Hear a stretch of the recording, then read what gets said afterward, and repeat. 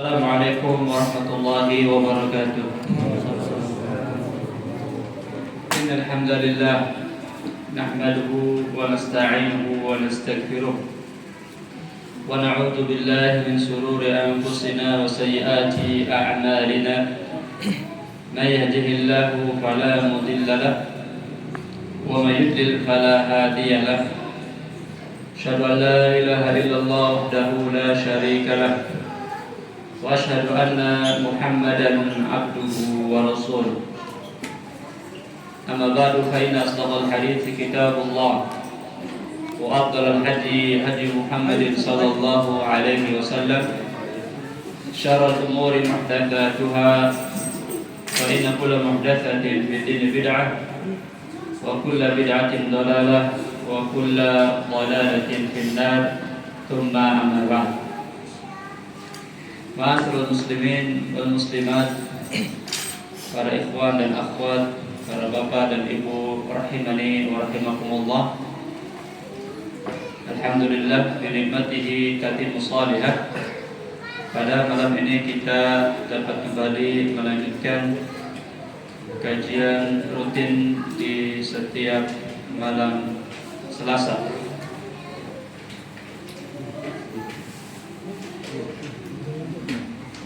Pembahasan di kesempatan kali ini tidak dulu melanjutkan pembahasan kitab Riyadhus Shalihin, dan kita akan membahas seputar yang berkaitan dengan bulan Dzulhijjah. Sehingga tema pada malam ini adalah jika bulan Dzulhijjah tiba. Dan kita tahu sekarang sudah masuk, kalau tidak salah, ke tanggal 29 Dzulqa'dah ya. Sudah masuk ke tanggal 29 Dzulqa'dah. Sudah maghrib soalnya. Kalau perhitungan kalender Hijriah ini sudah masuk tanggal 29. Kalau tidak salah demikian. Nanti masuk tanggal 1-nya itu malam Rabu. Maka saya mengingatkan bagi jamaah yang sudah berniat kurban, bahkan sudah ada hewannya atau sudah menitipkan untuk pembelian hewan kurban, maka nanti hari Selasa pada maghrib ya, tidak boleh mencukur rambut dan juga tidak boleh mencukur kuku, memotong kuku, tidak boleh memotong kuku, tidak boleh mencukur rambut.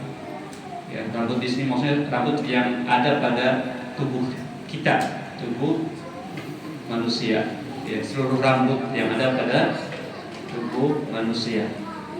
Kenapa tidak boleh demikian? Ya, karena Nabi kita Muhammad SAW bersabda dalam As-Sahih riwayat Imam Abu Dawud dan yang lainnya, "Idza ra'aitum hilala dzulhijjati", apabila kalian telah melihat ya, hilal bulan Dzulhijjah tiba, wa arada ahadukum an yudhiya, lalu salah seorang di antara kalian ingin berkurban, ya, berniat berkurban, ya, fal yumsik min sya'rihi wa adfarihi, maka hendaknya tidak memotong rambut dan tidak memotong kuku. Ya, ini bagi ikhwan yang sudah ada hewan kurbannya atau sudah ada akad ya, penitipan hewan kurban di tahun ini atau nanti tanggal 10 Dzulhijjah. Adapun apabila di antara kita awalnya tidak ada atau belum berniat untuk berkurban, kemudian di tanggal 5 Dzulhijjah misalkan ada rezeki atau ada yang memberi hadiah bagi kita untuk berkurban, maka disitulah baru mulai tidak boleh tidak boleh memotong kukunya atau mencukur rambutnya. Ya. Namun kalau sudah ada dan sudah niat dan sudah beli, bahkan nanti tanggal ya 1 Dzulhijjah tidak boleh memotong kuku dan juga mencukur rambut. Baik, jamaah semoga dirahmati oleh Allah Subhanahu wa taala. Ya. Bila bulan Dzulhijjah tiba, apa yang harus kita lakukan? Tentu di antaranya sebagaimana kata para ulama, qiraatul ibadatil mausimiyah fi mausimiha.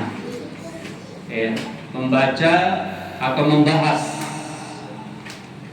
yang berkaitan dengan ibadah-ibadah terkait ya, bulan-bulan tertentu atau ibadah musiman. Kita yang sebagaimana tadi ketahui, sebentar lagi kita masuk bulan apa? Dzulhijjah, musim kurban. Ya. Maka ini yang harus kita lakukan. Jadi qiraatul ibadatil mausimiyah fi mausimiha, yaitu membaca, mempelajari kembali, membahas kembali tentang ibadah-ibadah yang harus dilakukan di ibadah musiman. Ya, sekarang kan musim haji istilahnya. Ya. Maka ada ibadah-ibadah di sana yang harus kita lakukan di bulan tersebut. Wa hadza min anfa'il umur li talibil ilm. Kata para ulama, tindakan ini, sikap ini merupakan sikap yang sudah tepat, sikap terbaik yang dilakukan oleh seorang muslim atau khususnya seorang penuntut ilmu. Karena dia mengilmui sesuatu yang akan dia hadapi. Maka dengan pembahasan ini mudah-mudahan dua ya, targetnya atau dua manfaatnya. Yang pertama, dengan dibahasnya pembahasan ini bisa menjadi sebab kita memiliki semangat untuk beramal soleh di 10 hari pertama bulan Dzulhijjah. Ya. Ini buku panduannya sudah ada di grup ya. Saya tidak membacakan bahasa Arabnya satu persatu, ya khawatir makan waktu ya. Saya simpulkan saja. Jadi dua harapannya. Yang pertama, dengan pembahasan ini apa? Timbul semangat nanti ketika kita sampai di tanggal 1 sampai 10 Dzulhijjah. Kemudian yang kedua, ya mengetahui terkait khususnya adalah hukum-hukum kurban, hukum-hukum penyembelihan hewan kurban, supaya kaum muslimin tahu bagaimana sebenarnya syariat berkurban itu seperti apa. Karena masih banyak orang yang berkurban namun tidak sesuai dengan syariat, keliru, salah. Contoh masih banyak. Contoh, orang yang berkurban tidak boleh makan dagingnya. Orang yang berkurban tidak boleh makan apa? Daging hewan kurban yang dia kurbankan. Ini benar apa tidak? Tidak benar. Ya, karena orang yang berkurban itu 3 yang harus dilakukan. Pertama, yakul, memakannya. Yang kedua, ya, yuhdi, memberikan hadiah. Ini baik kepada tetangga, kerabat, kaya atau miskin. Yang ketiga, yatasodaq, jadi bersedekah. Begitu. Jadi boleh orang yang berkurban makan hewan kurbannya. Dan ini terbaru kemarin di antara yang menitipkan hewan kurban yang di grup itu, salah satu ada ya, ibu tertentu yang ikutan bareng di grupnya, di grup kurban mis. Ya, karena saudara ya, masih saudara, bilangnya nanti bibi nggak boleh makan daging kurbannya ya, gitu. Nanti nggak boleh makan apa? Daging kurbannya. Udah, silakan aja bagikan. Saya bilang tidak seperti itu. Justru boleh disunahkan bahkan memakan daging kurban. Karena Allah mengatakan ya, wa kulu minha, ya, wa at'imul faqir al-baris. Makanlah dari hewan kurban tersebut dan berikanlah sedekah kepada orang yang membutuhkan. Dalam riwayat lain kata Rasul, kulu wa tasaddaqu wa dakhiru. Makanlah hewan kurban kalian, sedekahkanlah hewan kurban kalian, dan bahkan ya, silahkan menyimpan hewan kurban kalian, boleh untuk dimakan besok hari ini. Nah, jadi orang yang kurban boleh makan dagingnya, boleh. Namun tadi saya katakan ada kepercayaan atau keyakinan di masyarakat bahwa tidak boleh apa? Tidak boleh makan hewan kurban yang dia kurbankan. Contoh lagi yang kemarin mungkin dimunculkan lagi, viralkan lagi, salah satu toko yang sedang viral ya, di mana-mana ya, yang booming atau demam tokoh tersebut ya. Ada entah itu bahasa media atau apa, atau entah itu ucapan dia sendiri bahwa saya menyembelih hewan kurban itu sehari sebelum Idul Adha. Kenapa demikian? Karena saya ingin saudara-saudara saya ketika hari pertama Idul Adha itu langsung makan daging kurban tanpa nunggu panitia membagikan. Ada itu ya, pernyataannya demikian. Entah itu pernyataan dia atau memang dari media. Jadi saya ya katanya membagikan atau menyembelih hewan kurban itu sehari sebelumnya. Kenapa? Supaya di hari pertama saudara-saudara saya masyarakat orang miskin makan daging kurban tanpa nunggu panitia ya menyembelih terlebih dahulu. Habis sholat langsung makan gitu. Nah, yang seperti itu daging kurban bukan? Bukan, itu daging biasa. Ya, karena penyembelihannya tidak sesuai dengan waktunya. Padahal kata Nabi, awwalu ma naf'aluhu bihis shalah. Yang pertama kali ya kita kerjakan kata Rasul di tanggal 10 Dzulhijjah salat Idul Adha dulu. Summa narji, kemudian kita pulang fanan haru, kemudian baru kita nyembelih. Faman fa'ala dzalik, barang siapa yang melakukannya faqad asaba sunnatana, sungguh telah apa? Sesuai dengan sunnah kami, kata Rasul begitu. Jadi boleh kan nyembelih hewan kurban sehari sebelumnya? Boleh ya. Kalau memang niatnya hewan kurban, tapi kalau niatnya hanya ingin menyembelih daging biasa saja kemudian dibagikan, masih tidak masalah. Ya, kata Nabi, man dabaha qabla shalah, barang siapa yang menyembelih hewan kurban sebelum sholat, fahuwa lahmun qaddamahu li ahli. Itu hanya daging biasa. Itu hanya daging apa? Biasa yang dibagikan kepada keluarga atau yang lainnya. Paham ya? Nah, dengan pembahasan ini harapan dua dari pertama apa? Kita berantusias, punya semangat dalam melaksanakan ibadah-ibadah yang ada pada bulan Dzulhijjah. Yang kedua, mengetahui hukum-hukum kurban secara menyeluruh sesuai dengan syariat. Kemudian jamaah yang semoga dirahmati oleh Allah Subhanahu wa taala, di antara kekhususan umat ini, yang umat Nabi Muhammad SAW adalah Allah menyediakan satu waktu ya, yang mana ketika beramal soleh di dalamnya pahalanya akan dilipat gandakan. Ya, pahalanya akan dilipat gandakan. Ya, di antara kekhususan umat Islam yaitu Allah menyediakan waktu. Allah membuat satu waktu untuk kaum muslimin yang kalau beramal di sana pahalanya akan dilipat gandakan. Kalau orang ingin uangnya berlipat ganda, ya enggak dilipat gandakan sampai ke Kanjeng Dimas begitu. Ya, maka kalau umat Islam, kalau Muslim itu senang kalau ada momen yang amal soleh dilipat gandakan. Aja duit baik dilipat gandakan tuh, ya. Amal soleh dilipat gandakan. Ya. Kalau amal soleh pasti jelas, ya, dilipat gandakan oleh Allah. Tapi kalau duit terkadang ditipu, ya, ditipu oleh Kanjeng Dimas. Nah, itu di antara keutamaan apa? Umat Islam, kekhususan umat Islam. Apa dalilnya?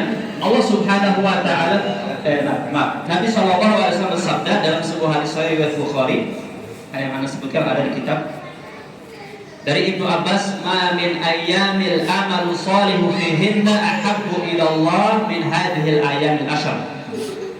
Tidak ada hari yang amal soleh di dalamnya lebih dicintai oleh Allah Subhanahu wa taala melainkan di hari ya, atau melainkan di 10 hari pertama bulan Dzulhijjah. Saya ulangi, tidak ada hari yang amal soleh dikerjakan di dalamnya lebih dicintai oleh Allah Subhanahu wa taala daripada amal soleh yang dikerjakan di mana? Di 10 hari pertama bulan Dzulhijjah. Yang kaum muslimin sebagian besar tidak menyadari akan keutamaan 10 Dzulhijjah. Beda enggak ketika Ramadan? Beda apa tidak? Beda. Ketika Ramadan, ya, kaum muslimin itu bersemangat dalam beribadah. Tapi ketika 10 hari pertama di bulan Dzulhijjah tidak ada semangat sama sekali, atau kurang semangat. Padahal amalan soleh yang dilakukan di 10 hari pertama bulan Dzulhijjah lebih utama daripada amal soleh yang dilakukan di bulan Ramadan. Ramadan. Ya, dalam riwayat lain azka, lebih suci. Dalam riwayat lain a'dham, lebih besar pahalanya. Makanya kata para ulama ajib, aneh katanya. Seorang muslim ketika di Ramadan semangat, antusias, tapi di 10 hari pertama bulan Dzulhijjah yang paling utama daripada Ramadan tidak ada apa?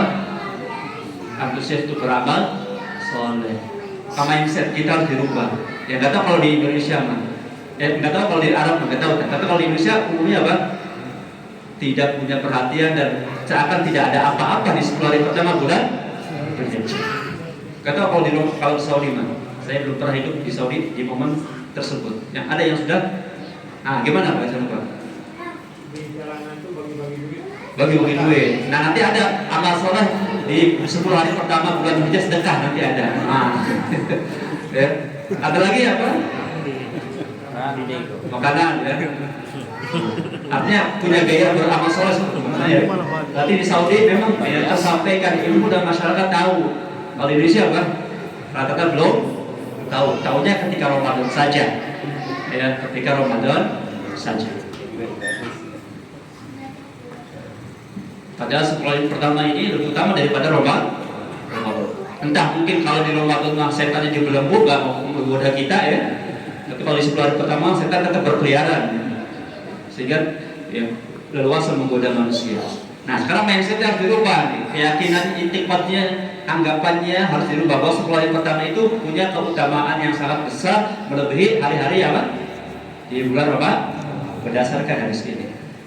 Oleh karenanya maka ya, kalau sebuah amal itu dicintai oleh Allah pasti lebih utama di sisi Allah. Sehingga amal soleh yang mafdul ya, yang sifatnya tidak utama kalau dikerjakan di 10 hari pertama jadi afdal. Ya. Amalan yang mafdul, amalan yang biasa saja, yang apa, yang derajatnya tidak besar, kalau dilaksanakan di mana? Di 10 hari pertama bulan Dzulhijjah menjadi afdal. Makanya sholat fardu ya dikerjakan di bulan Dzulhijjah 10 hari pertama bulan Dzulhijjah lebih utama daripada sholat fardu di bulan yang lainnya. Satu tahun berapa hari?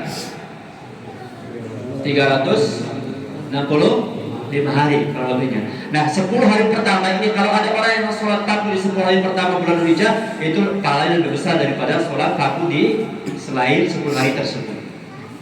Sholat sunnah di 10 hari pertama bulan Dzulhijjah pahalanya lebih besar daripada sholat sunnah di luar 10 hari tersebut. Baca Qur'annya, sedekahnya, birrul walidainnya, silaturahminya, pokoknya seluruh amal soleh yang dikerjakan di 10 hari pertama itu lebih apa? Lebih afdal daripada yang lainnya. Itu kata para ulama. Ya. Makanya anna idraka hadhil asyri nikmatun azimah. Orang yang bertemu dengan 10 hari pertama bulan Dzulhijjah ini merupakan nikmat yang besar. La yudrikuha illa muwaffaqun. Tidak akan merasakan nikmat tersebut kecuali oleh orang yang Allah beri taufik. Ya. Jadi mendapatkan, menemui dan hidup di 10 hari pertama bulan Dzulhijjah itu nikmat yang sangat apa?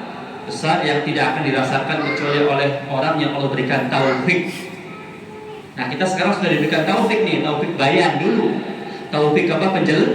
Penjelasan, tinggal taufik amal, tinggal taufik apa? Amal. Ya karena orang yang hidup di 10 hari pertama bulan Dzulhijjah itu merupakan nikmat. Sehingga salafus soleh, orang-orang salaf terdahulu memuliakan 3 jenis 10 hari pertama, 3 jenis 10 hari. Sebutkan di sini.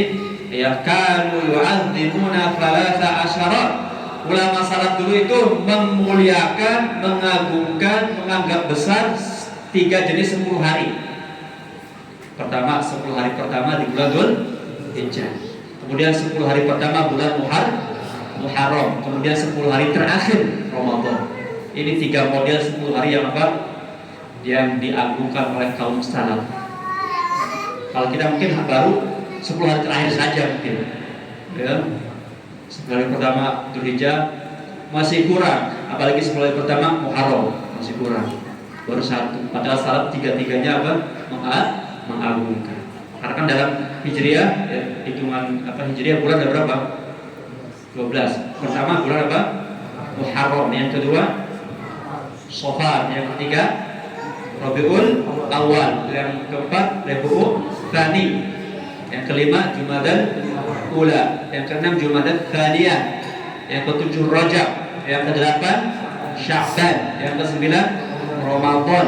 Yang ke-10 Syawal. Yang 11 Dzulqa'dah. Yang terakhir ini Dzulhijjah. Apal gelit. Apalagi Januari, Februari, Maret, April, Mei. Ya, gitu. Kajian bulan Padahal Dzulhijjah kata Allah, inna iddatasyuhuri 'indallahi 12 syahran fi kitabillah. Sungguhnya bilangan bulan di sisi Allah berapa? 12. Ya. Kita lebih mengenal bulan Masehi daripada bulan Hijri Islam. Gajiannya bulan Masehi sih. Dulu ya, bulan Hijri ya. Nah, bulan Dzulhijjah itu bulan terakhir ya. Nanti setelah Dzulhijjah baru Muharram. Biasanya ada pawai, tahun baruan. Tahun baru Islam. Obor. Baik. Nah, saking besarnya 10 hari pertama kedudukannya di sisi Allah, Allah bersumpah. Kalau bersumpah itu pada perkara yang besar kan? Ya, sumpah juga Allah begini. Karena perkara yang dihadapinya apa? Besar. Allah bersumpah wal fajr walayalin asyar, demi waktu fajar dan demi 10 malam. Nah, 10 malam yang dimaksud adalah kata Ibnu Abbas diantaranya hiya asyru dzulhijjah. 10 malam di sini maksudnya apa? Ya, 10 hari pertama bulan Dzulhijjah. Ini kata Ibnu Abbas. Baik, karena waktu singkat. Jamaah semoga dirahmati oleh Allah Subhanahu wa taala. Kenapa 10 hari pertama ini lebih baik daripada yang lainnya?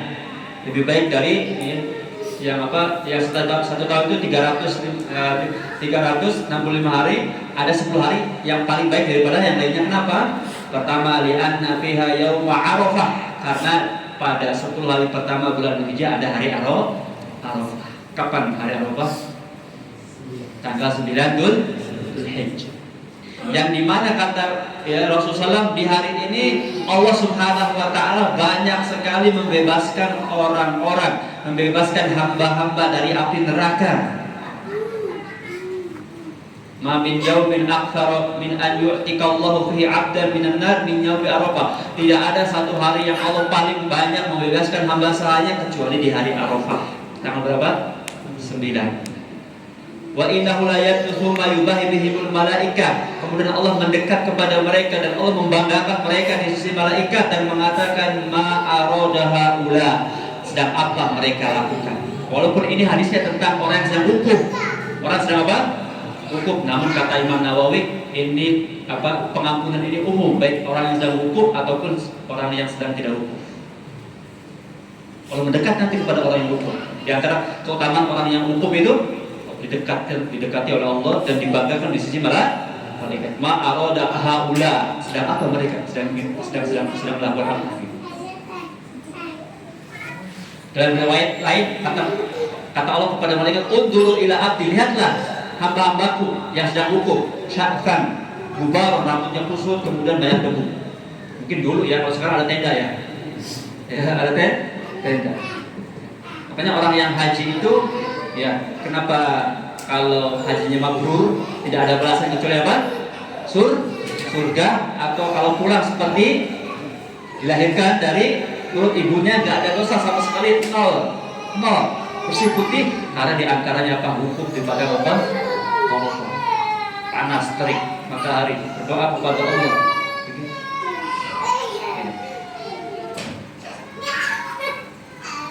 Sekarang mungkin ya nyaman ya, ada apa? Tenda. Kemudian yang kedua, li'anna fiha yauman nahri. Yang kedua, kenapa 10 pertama bulan Dzulhijjah itu mulia? Terutama karena ada hari penyembelihan, Yaumul Hajjil Akbar, yang disebutkan dengan Hajjil Akbar. Makanya disebut Rayagung. Ya, bulan ini disebut apa? Rayagung, Yaumul Hajjil Akbar. hari penyembelihan. Bahkan orang Yahudi ketika nanya kepada Umar bin Khattab, ayat terakhir dari Al-Quran itu turun pada hari apa? Hari Arafah. Hari apa? Al-Yawma akmaltu lakum dinakum wa atmamtu alaikum ni'mati wa raditu lakum Islam. Kapan itu turun terakhirnya? Pada tanggal 9 Dzulhijjah. Kalau seandainya kami mengetahui bahwa hari terakhir turun ayat tersebut pada hari Arafah, kami akan jadikan sebagai perayaan. Orang Yahudi begitu. Ya, orang Yahudi menganggap hari ini hari apa? Sabtu. Kalau di kami udah jadi perayaan besar orang Yahudi. Raya tunggal. Makanya apa raya? Raya. Jadi ya, yang kedua tadi, kenapa 10 hari pertama bulan Dzulhijjah itu mulia? Karena ada hari penyembelihan Yaumun Nahr. Kata Nabi kita Muhammad SAW, Inna a'dhamal ayyami 'indallahi tabaraka wa ta'ala yaumun nahri. Sungguhnya hari yang paling utama di sisi Allah Subhanahu wa taala adalah hari penyembelihan hewan kurban. Kemudian yang ketiga, karena waktu sempit, di antara keutamaan 10 hari pertama bulan Dzulhijjah wa huwa 'idun lil muslimin, karena merupakan salah satu apa? Salah satu id dari kaum muslimin. Ya, kaum muslim itu idnya besar dua, Idul Adha dan Idul Fitr. Nah, kemudian jamaah semoga dirahmati oleh Allah Subhanahu wa taala. Apa saja amalan yang harus kita lakukan di 10 hari pertama bulan Dzulhijjah? Ma hiyal a'malul lati yustahabbul iktharu min fi'liha fi hadhil ayyam? Apa saja amal yang harus kita lakukan dan diperbanyak di 10 hari pertama bulan Dzulhijjah? Yang pertama, kasratu dzikrillahi min takbirin wa tahlilin wa tahmid. Ya, banyak berzikir. Di 10 hari pertama ini banyak apa? Berzikir, baik takbiran, tahlilan atau tahmidan. Membahasakan aja nih, bukan tahlilan yang dimaksud versi umum, bukan. Ya, maksudnya menerjemahkan, baik takbir, nggak usah lah, takbir lah, tahlil dan tahmid. Jangan salah paham nanti keluar, ada tahlilan. Jadi memperbanyak zikir, takbir, dan tahlil dan tahmid. Ini tahlilan yang sebenarnya seperti ini di antara yang disyariatkan, bukan ketika ada kematian, bukan. Ya, tahlilan nih, nanti kita 10 hari pertama gereja. Tahlilan nggak ada berkatnya, awas. Nggak ada yang gelap ya. Apa dalilnya? Dalilnya adalah surat Al-Hajj. Surat Al-Hajj ayat yang ke-28 yang terangkan ada di kitab ya, di buku. Wa yadhkuru ismallahi fi ayyamin ma'lumat, supaya mereka menyebut nama Allah pada hari-hari yang ditentukan. Supaya agar mereka menyebut nama Allah pada hari-hari yang ditentukan. Tafsir dari ayyamin ma'lumat, hari yang ditentukan, maksudnya kata Ibnu Abbas ayyamul ashri. Jadi hari yang ditentukan, ayyamul ma'dudat yang ada pada Al-Quran itu maksudnya apa? Ayyamul ashri, 10 hari pertama bulan Dzulhijjah. Nanti di sini hendaknya banyak apa? Bertakbir, bertahmid dan bertahlil. Baik di masjid-masjid, baik di rumah-rumah, di jalan-jalan, di pasar-pasar, laki-laki memeraskan, perempuan disirkan. Kenapa? I'lanan bi ta'dimillahi subhanahu wa ta'ala, untuk mengagungkan, menginformasikan agar akan keagungan Allah subhanahu wa ta'ala. Nah, di sini mau takbir. Iya. Bertakbir baik dalam keadaan berdiri, duduk, ya. Ketika kita melakukan aktivitas di 10 hari pertama bulan ini banyak takbir. Ya, dengan profesi yang kita miliki ya, ketika ngajar ya sambil bertakbir, atau ketika di sawah mungkin ya, kalau memang tempatnya ya layak gitu kan, atau takbiran gitu. Atau ketika mencari ikan misalkan ya, tapi tempat yang layak ya, hanya kotor, boleh sambil takbiran. Ya, pokoknya memperbanyak 10 atau memperbanyak takbiran. Apalagi di lembaga pendidikan seperti pondok pesantren itu harus diidharkan, harus ditampakkan sunnah ini. Ya. Di antara dalilnya apa? Riwayat Bukhari, kana Ibnu Umar wa Abu Hurairah yakhrujani ila suq fi ayyamil ashr yukabbiran. dulu Ibnu Umar dan Abu Hurairah keluar dari rumahnya kemudian menuju pasar pada 10 hari pertama bulan Dzulhijjah. Kemudian di pasar keduanya bertakbir, yukabbirun nasu bitakbirihim, lalu manusia ikut takbir. Ya, maka timbullah kesimpulan bahwa kalau orang panutan, ya orang yang menjadi panutan, maka dia harus memberikan contoh kepada umat untuk supaya sunnah ini dihidupkan. Ya, mungkin panutan kalau kita panutannya warga. Nah, ya kalau pondok pesantren mudir, nanti mudir harus mensosialisasikan kepada murid-muridnya bahwa 10 hari pertama ini banyak yang tak silahkan. Ya, begitu.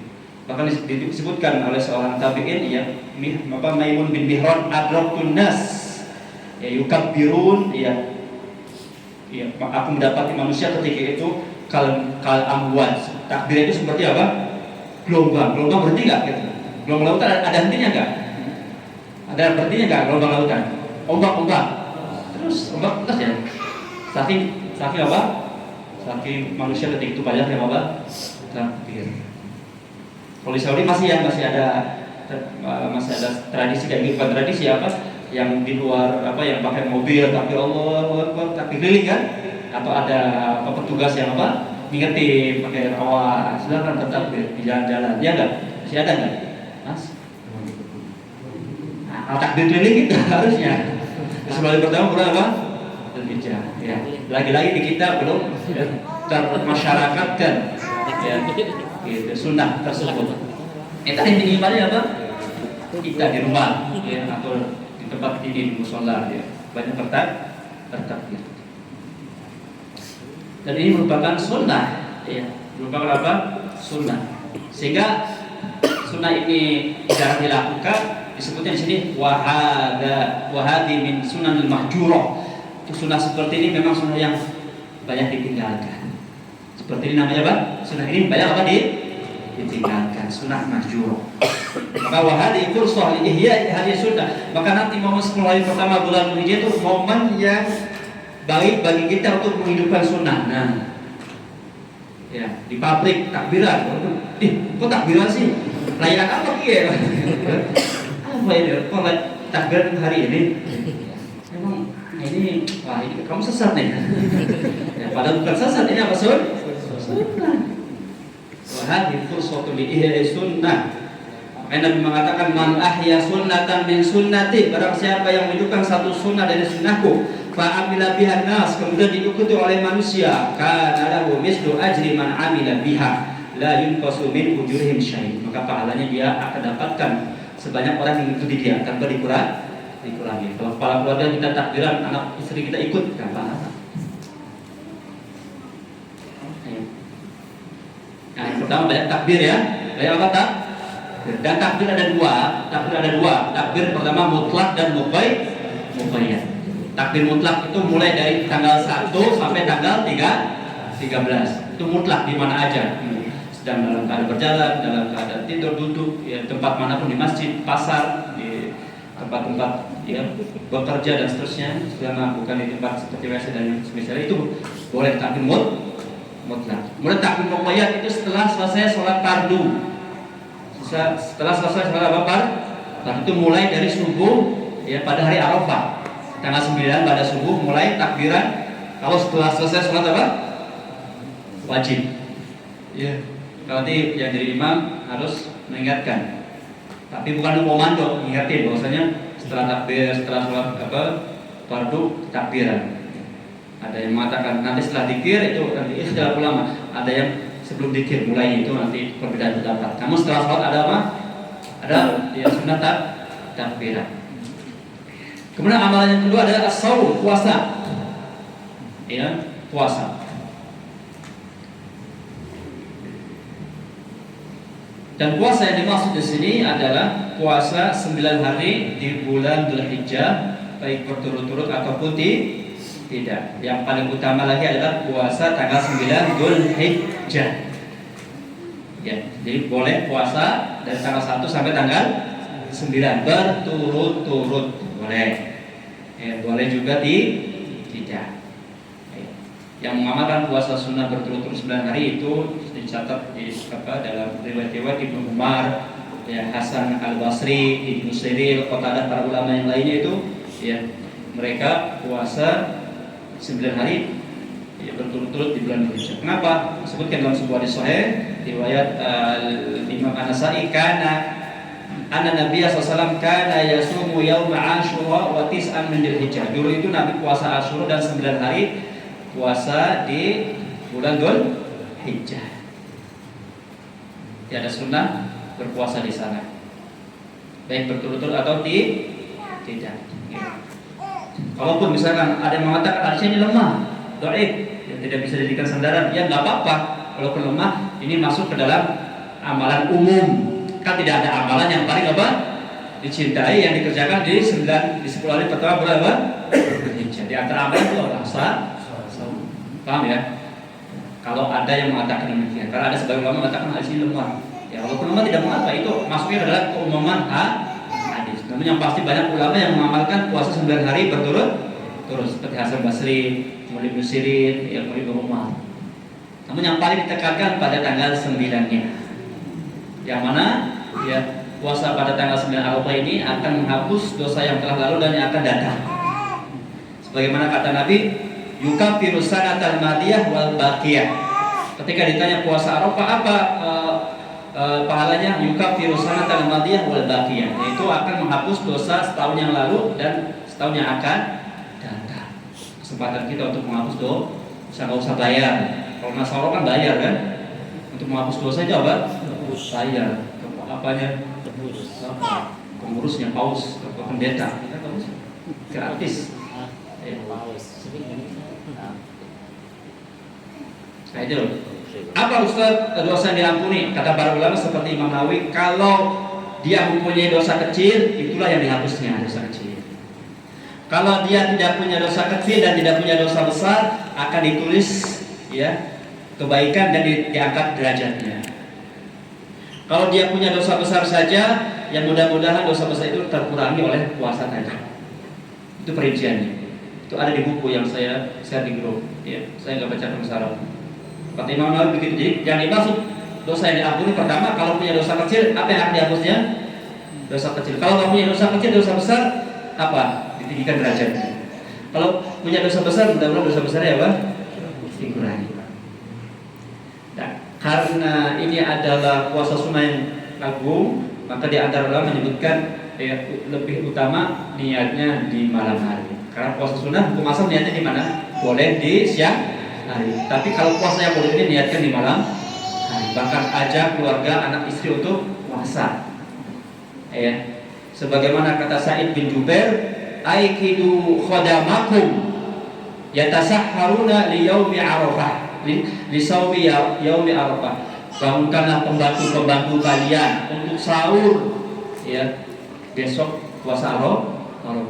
Kalau yang dibangunkan pembantu berarti keluarga lebih utama, ya, anak lebih utama, istri lebih utama banget.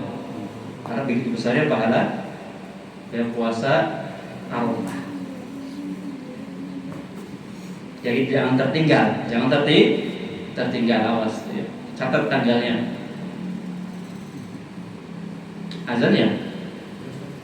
Terus limit lagi. Kemudian yang ketiga, kasratus sedekah. Nah, ini banyak sedekah. Di 10 hari pertama bulan Dzulhijjah banyak apa? Sedekah. Tapi seperti tadi di Saudi banyak bagi-bagi duit, bagi-bagi ini. Kalau mau bagi-bagi duit sekarang, sekarang 10 hari pertama bulan Dzulhijjah. Momennya.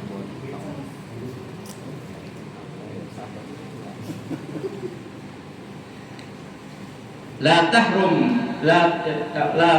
nafsaka la tuhrim nafsaka minas shadaqah walau qalla. Pada 10 hari pertama bulan Dzulhijjah itu jangan merugikan diri sendiri dengan tidak bersedekah walaupun sedikit. Walaupun apa? Sedikit.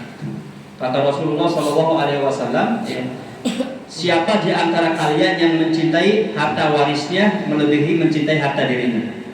Kata Rasul, siapa di antara kalian yang mencintai harta warisnya lebih daripada mencintai harta dirinya? Kata para sahabat, yang nggak ada ya Rasulullah, kami pasti mencintai harta kami sendiri daripada harta waris. Paham maksudnya? Kata Rasul, kalau begitu ketahuilah yang dimaksud harta sendiri itu adalah harta yang sudah disedekahkan, sudah diinfakkan, sudah diwakafkan, sudah dikurbankan. Kurban itu harta sendiri. Tapi harta waris itu yang kamu tinggalkan untuk anak istrimu.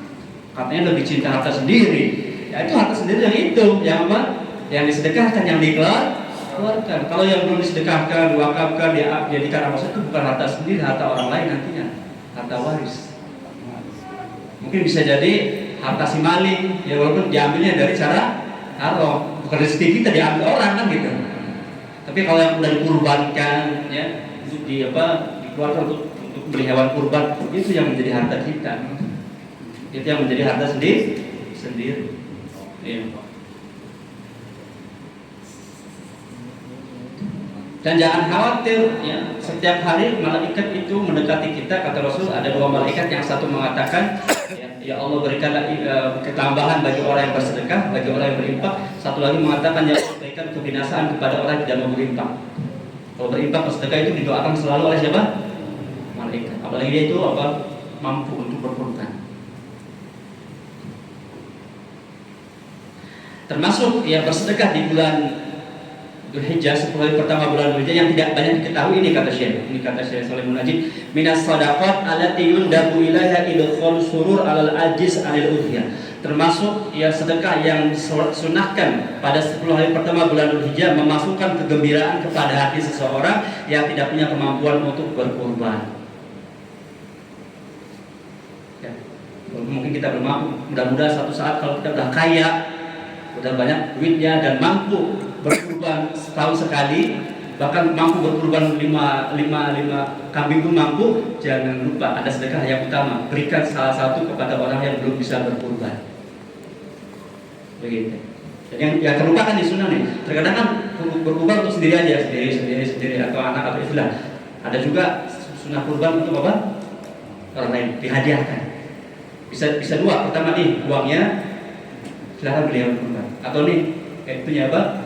Hewannya silahkan kamu berkurban. Saya lihat kamu tahun belum bisa mampu berkurban. Itu 2 pahalanya. Satu memberikan kesenangan kepada orang lain, yang kedua dia berikut sedang kurban. Kamu momen hadiah nih, momen hadiah di lembaga pendidikan atau lembaga apalah, di sini momen hadiah, memberikan hadiah kepada karyawannya, kepada pegawainya, kepada untuk berkurban. Wah itu bagus tuh. Ya. Karyawan teladan, hadiahnya apa? Hewan kurban. Wah, begitu. Guru teladan, hadiahnya apa? Hewan. Kalau sebagian pabrik udah ya, walaupun atas nama pabrik, teknisnya salah tuh. Kalau teknisnya ini kurban pabrik A, salah. Yang kurban itu orang. Ya, sapi misalkan, panggil 7 orang. Tahun ini kamu, ya, atas nama kamu, nanti kamu, ya, kami catat untuk kami sedekahkan atau hadiahkan nih untuk kalian 7 orang untuk apa? Berkurban. Nanti tanggal 1 Dzulhijjah nggak boleh potong kuku, nggak boleh potong rambut begitu. Tapi jangan apa? Kata sama apa? Ini kurban ojol, bukan siapa ini dipilih orangnya.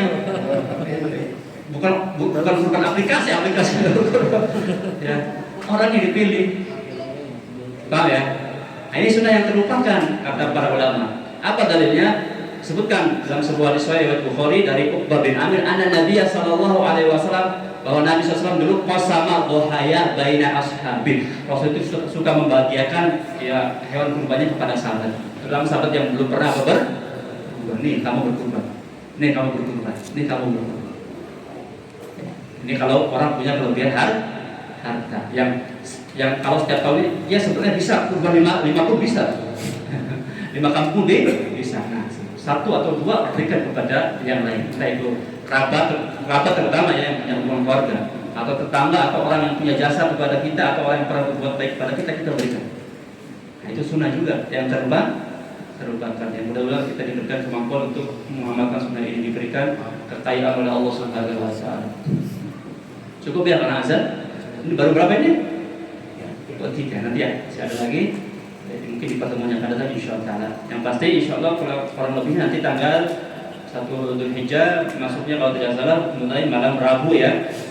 Mulai malam Rabu ya, bagi jamaah yang sudah berniat berkurban dan sudah beli bakar atau menitipkan ikan tidak boleh potong kuku dan cukur rambut. Ya, kalau belum ada niat mudah-mudahan di 10 hari itu ada rezeki dan diberikan mudah untuk berkurban.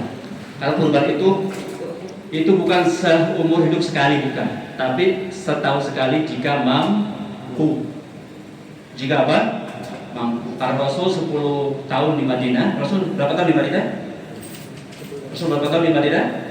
10 tahun. 10 tahun. Sini ada dalilnya. Ya aqama Nabi sallallahu alaihi wasallam asyra sinin fil Madinah. Ya yudahi kullu am. Setiap tahun beliau apa? Berkurban. Setiap tahun beliau apa? Jadi bukan seumur hidup sekali.